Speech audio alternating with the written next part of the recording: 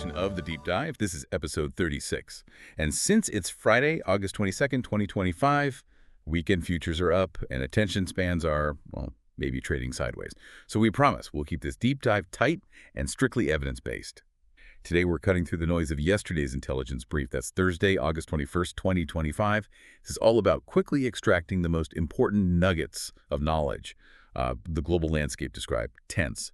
Heightened geopolitical competition, significant humanitarian challenges. Our mission is simply to connect these diverse dots fast, give you that shortcut to being truly well-informed. And crucially, every piece of intelligence we discuss today carries an A2 Admiralty rating with a confidence of 2. And that rating, it's important. It's not just a number. It means you're getting intelligence that's verified, yes, but also assessed using a really rigorous framework, the kind usually reserved for, high-stakes decisions. It's how we aim to cut through the noise with, well, as much certainty as possible. Signal, not just chatter.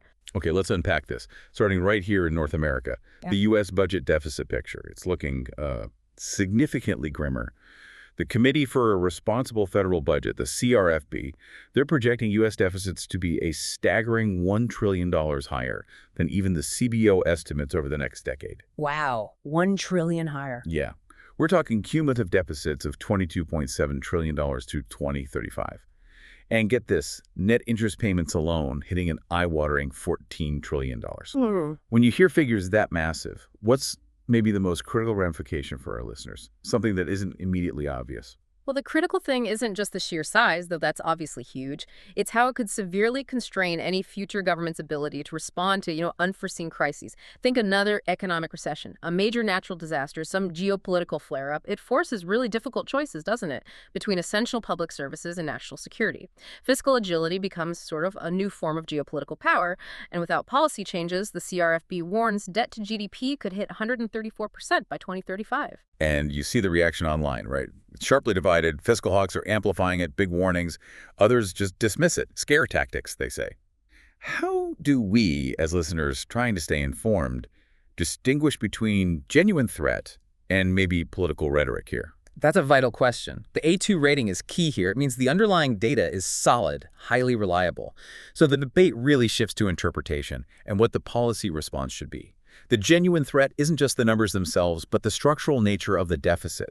The CRFB attributes it largely to, well, Trump-era tax cuts and new tariffs, even though, yes, those tariffs did bring in about $3.4 trillion in receipts, partially offsetting things.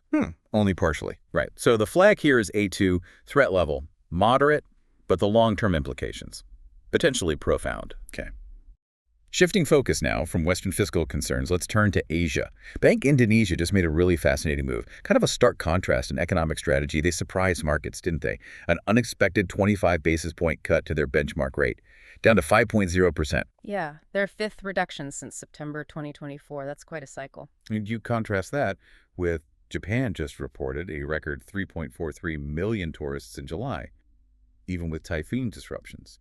Yeah. What do these two kind of different stories tell us about Asia's economic trajectory? What are the implications? They're different plays, you're right, but they do converge on a larger point about Asia's current position. Bank Indonesia's cut isn't just about supporting growth against global headwinds, though that's part of it. It's also, I think, a strategic vote of confidence in their domestic economy, especially with inflation staying pretty low, 2.37% year on year. This subtly positions Indonesia as potentially more attractive for investment compared to, say, slowing Western economies. Could see some quiet capital flow shifts. Interesting. And Japan's tourism. Well, the record numbers, despite the challenges, seem largely propelled by the weak yen and, of course, fully eased COVID restrictions finally kicking in. So if you're looking for portfolio diversification, especially with Europe's, low growth outlook, Asia's resilience, driven by both this proactive monetary policy in places like Indonesia and strong consumer sectors like Japan's tourism, it becomes a compelling narrative. And the online chatter reflects this. Oh, yeah. Lively rate cut debate on LinkedIn among Indonesian economists, some praising it for small businesses, others worried about the rupiah. And meanwhile, Japanese tourism optimism is just all over the travel influencer feeds. Both items A2 rated, Bank Indonesia's cut flagged as moderate threat, potential currency volatility there. Japan's tourism boom, low threat, mostly positive signals. Okay, good context. Before we continue, just a quick note. This deep dive is powered by NextSight. They're a global investigations and intelligence leader. Their open-source OSINT platform, Site Connect, actually fuels these reports and lets you tailor them to your own priorities. From complex cross-border investigations to high-stakes corporate intelligence, their work is really on another level, fast, precise, fully corroborated. You can learn more at www.next-site.com. All right, now let's turn our attention to the Middle East. The situation in Gaza remains incredibly tense. Israel has initiated preliminary operations to seize Gaza City, calling up tens of thousands of reservists. But at the same time, they're also considering a new ceasefire proposal. And adding complexity, Finance Minister Smotrich approved a controversial West Bank settlement expansion. When you look at Israel's stated aim, eradicate Hamas strongholds alongside this intense international pressure for a ceasefire, mediated by Qatar, Egypt, the U.S., what are the realistic scenarios here? Are these goals fundamentally clashing? Yes, they are largely at odds. And that creates an extremely volatile dynamic.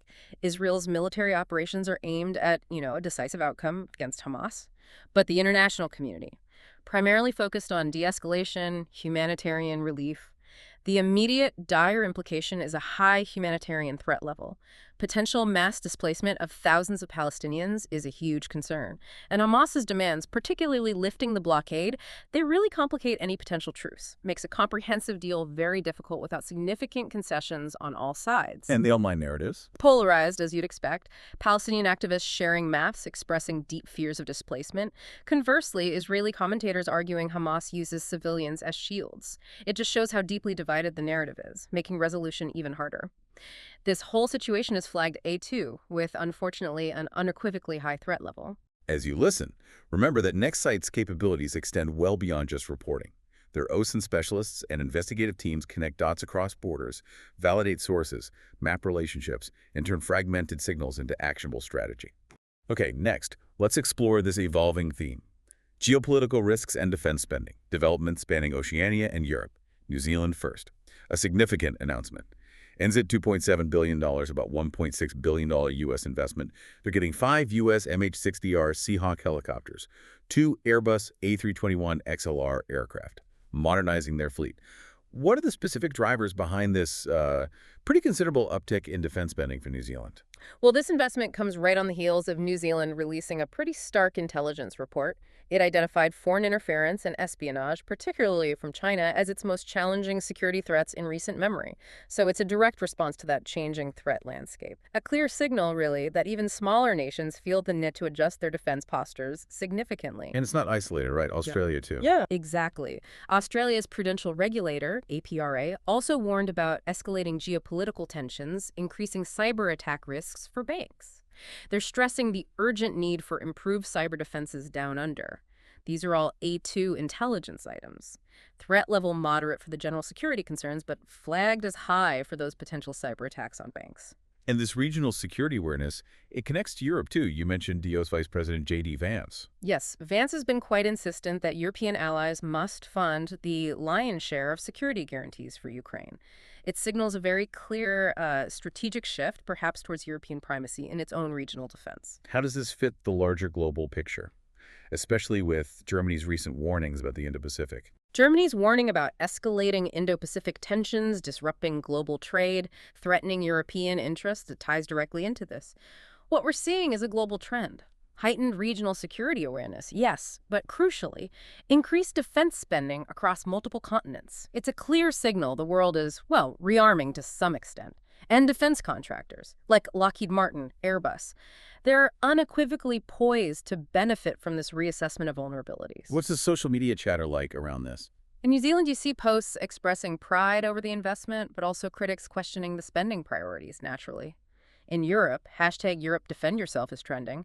Pro-EU accounts argue for self-reliance. Others fear it leads to endless conflict. It's a real debate. Okay, let's pivot now to another critical and unfortunately growing theme. Humanitarian crises and migration pressure. We're seeing this tragically across South Asia, Africa, Latin America. First, the devastating news from Afghanistan. A bus collision killed at least 79 migrants deported from Iran. The reporting highlighted just terrible road conditions, severe overcrowding. When you link this to wider instability, what are the broader human and economic ripples? That Afghan tragedy, it starkly illustrates the human cost of displacement and, frankly, inadequate infrastructure. and it's deeply interconnected with other global events. It links directly to Uganda's firm rejection of reports that it agreed to accept deportees from the United States. They cited a lack of facilities, and, well, they already host a massive refugee population, close to 2 million people. So this isn't just about individual nations. It raises fundamental questions about global responsibility for displaced people, the systemic pressures they face. All these points, A2 rated, high threat level. And then the horrific mosque attack in Nigeria's Katsina state. Gunmen killed at least 50 people, abducted around 60 more. Just awful. Awful. And synthesizing these events, it really demonstrates how pervasive insecurity, displacement, humanitarian crises, they can stimulate further, often desperate, migration flows globally. This isn't solely a humanitarian issue, though it is primarily that. It has tangible impacts: labor markets, political discourse, social cohesion worldwide, and for businesses, especially those relying on cross-border supply chains. It means a critical need to monitor for potential disruptions, reassess risk profiles. How are people reacting online to these specific events? Very emotionally, as you'd expect. Posts about the Afghan crash are heartbreaking. Ugandans expressing relief their government denied the deportee deal. Nigerians expressing outrage at authorities after the mosque attack. Right. Next up, let's examine trade policies and market sentiment. In South Africa, the trade regulator is recommending emergency import duties up to 10% on imported steel, mainly from China, trying to protect domestic producers. We're seeing more protectionism globally. What's the ripple effect for the average consumer, especially connecting it back to things like the U.S. deficit? It's a clear example, yes, growing protectionism. And the ripple effects are undeniable. If we connect this back to our earlier discussion on U.S. deficits, remember, some of that is partly funded by tariffs. Well, these same kinds of tariffs are now pressuring U.S. retailers, Target, Adidas, Levi's. They're issuing cautious holiday forecasts. The critical insight here is how this forces companies into cautious pricing strategies or even direct price hikes.